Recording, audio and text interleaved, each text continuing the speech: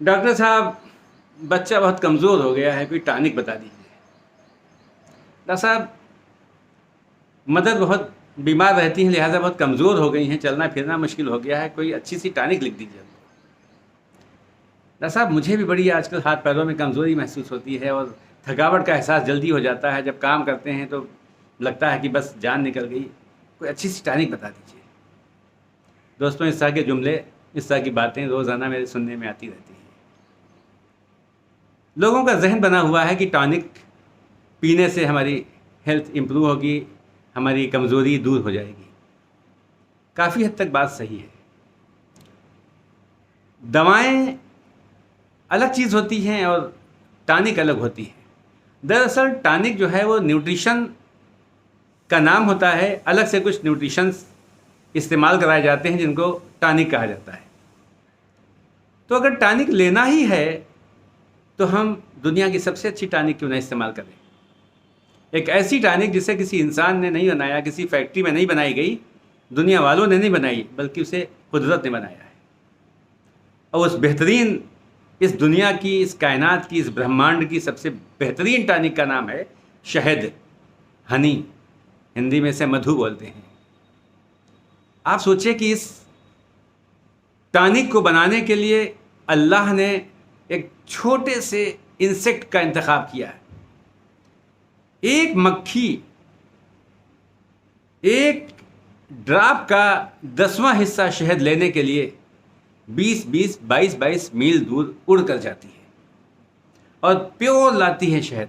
Pure वहाँ से nectar निकालती है फूलों का और उसके बाद लाके इकट्ठा करती है। फिर उसके बाद एक प्रोसेस होती है, नेचर के ज़रिए धूप लगती है और उसमें शहद बनता है। और सिर्फ शहद ही नहीं, शहद जिसको हम देखते हैं कि ये शहद है, इस शहद में कई चीज़ें होती हैं। इस शहद में बी पोलन होता है, इस शहद में प्रोपोलिस होता है, इस शहद में रॉयल जेली होती है। ये सारी चीज़ें शहद के मजमूए में हैं। बी प्रोपोलिस इस कायनात का, इस दुनिया का सबसे बेहतरीन antibiotic, antivirus, anti fungal product है। प्रोपोलिस जो चिपचिपा सा एक पदार्थ होता है जिसको मक्खियाँ अपने हाइव में, अपने छत्ते में चारों तरफ लगाती हैं ताकि किसी तरह का इन्फेक्शन न होने पाए। और मेरे दोस्तों, इस कायनात में, इस यूनिवर्स में, इस ब्रह्मांड में, इस दुनिया में 2 जगह ऐसी हैं जहाँ पे किसी तरह का इन्फेक्शन नहीं होने पाता। एक बी हाइव, मक्खी का छत्ता, मधुमक्खी का छत्ता, और दूसरी माँ का शिकम। और दोनों जगह जो चिपचिपा सा पदार्थ होता है वो प्रोपोलिस होता है। तो एक तो प्रोपोलिस हमारी बॉडी में जा रहा है जिससे इन्फेक्शन नहीं होने पाएगा, किसी तरह का इन्फेक्शन।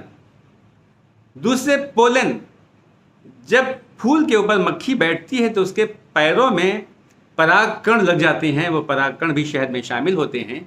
अब तो प्रोसेस के ज़रिए उनको अलग किया जा रहा है। ये परागकण के अंदर बेपनाह प्रोडक्टिव एंजाइम्स पाए जाते हैं। इनफर्टिलिटी के लिए, इम्पोटेंसी के लिए, बुजुर्गों के लिए, बच्चों के लिए कमाल का पोलन होता है। इसको इस्तेमाल करने से इंसान की एज रुक जाती है, एजिंग फैक्टर कम हो जाता है। बढ़ती हुई एज में खाना बहुत फ़ायदेमंद होता है। इसके साथ ही साथ रॉयल जेली, यानी शहद पे भी एक क्रीम जम जाती है, एक क्रीमी कलर की एक क्रीम होती है। इस क्रीम को एक ज़माने में बादशाह और राजा महाराजा कहा करते थे कि आम आदमी को न तो शहद खाने का अधिकार है और ना इस रॉयल जेली का।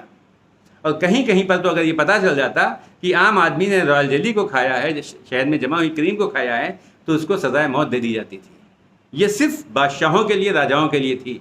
आप सोचिए कि बादशाह और राजा इसको क्यों खाते थे। रॉयल जेली नाम ही से लग रहा है शाही खाना है। कमाल का प्रोडक्ट है, कमाल की ताकत होती है। दुनिया की कोई भी टॉनिक इसका मुकाबला नहीं कर सकती। जब हम शहद का इस्तेमाल करते हैं तो हमारी बॉडी में पोलन भी जाता है, हमारी बॉडी में प्रोपोलिस भी जाता है, हमारी बॉडी में रॉयल जेली भी जाती है। और ये सारी चीज़ें मिलकर हमें बहुत सी बीमारियों से बचाते हैं। एक नई ताकत, एक नई ऊर्जा, एक नई एनर्जी देते हैं जिससे बहुत ज़्यादा फ़ायदा होता है। हम दुनिया वालों और प्रोफेशनल लोगों के चक्कर में फंस के इन टॉनिकों वानिकों के चक्कर में पड़े रहते हैं, लेकिन हम भूल जाते हैं कि कुदरत ने हमें बनाया है, हम उसके बच्चे हैं। एक कुदरत, एक अल्लाह हमें हमारी माओ से 70 गुना ज़्यादा चाहता है।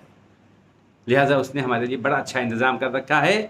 कुरान करीम में तो पूरा सूरा नाजिल हुआ है जिसमें शहद के बारे में पाक व पाकीज़ा ग़िज़ा की जो बात की गई है, तफसीर उठा के देखिए क्या बातें हैं।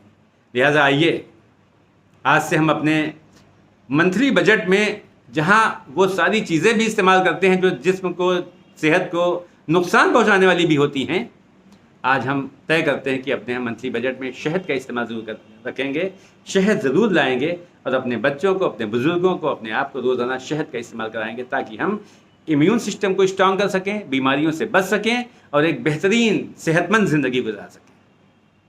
सिर्फ सुनने से काम नहीं चलेगा, लिहाजा आप इसको आज से ही एग्जीक्यूट कीजिए, अपने ऊपर लागू कर दीजिए। और अगर हमारे अंदर अच्छाइयाँ हैं तो हम ये कोशिश करते हैं कि अगर एक अच्छी चीज़ हमें मिल गई है तो दूसरों को भी बताएं, दूसरों को बताइए शहद के फ़ायदे क्या हैं और आप उसका सवाब भी मिलेगा, आपको फ़ायदा भी होगा। शुक्रिया, हम लोग फिर मिलते हैं बहुत जल्दी कुछ और अच्छी बातें लेकर। Thank you.